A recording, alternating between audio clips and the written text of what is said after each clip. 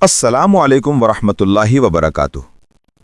آج ہم ایک نہایت اہم اور ایمان افروز موضوع پر بات کریں گے، شکر اور قناعت۔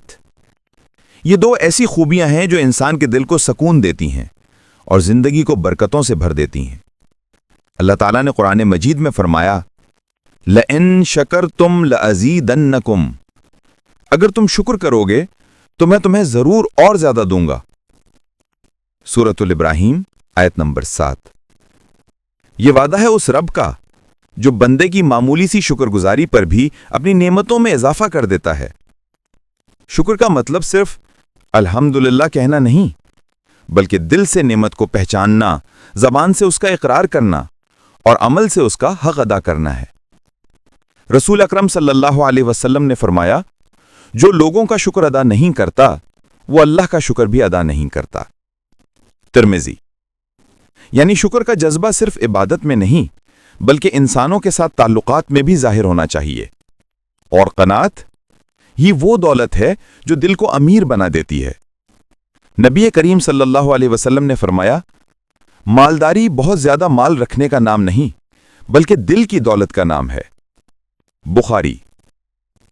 قناعت کا مطلب ہے جو کچھ اللہ نے عطا کیا ہے اسی پر راضی رہنا اور مزید کے لالچ میں سکون دل کو قربان نہ کرنا۔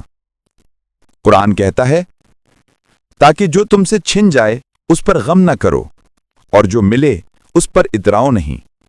الحدید آیت نمبر 23۔ یہی قناعت کا درس ہے کہ خوشی اور غم، ملنا اور چھن جانا سب اللہ کے فیصلے ہیں اور مومن ان فیصلوں پر راضی رہتا ہے۔ شکر اور قناعت دونوں مل کر انسان کو عاجزی، رضا اور سکون عطا کرتے ہیں۔ شکر نعمتوں میں اضافہ کرتا ہے اور قناعت دل سے حرص و حسد کو ختم کر دیتی ہے۔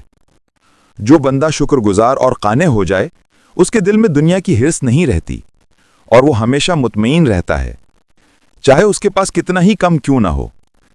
لہٰذا آئیں ہم اپنی زندگی میں یہ دو صفتیں پیدا کریں، ہر حال میں الحمدللہ کہنا سیکھیں اور جو کچھ اللہ نے دیا ہے اسی پر راضی رہنا اپنا شعار بنائیں۔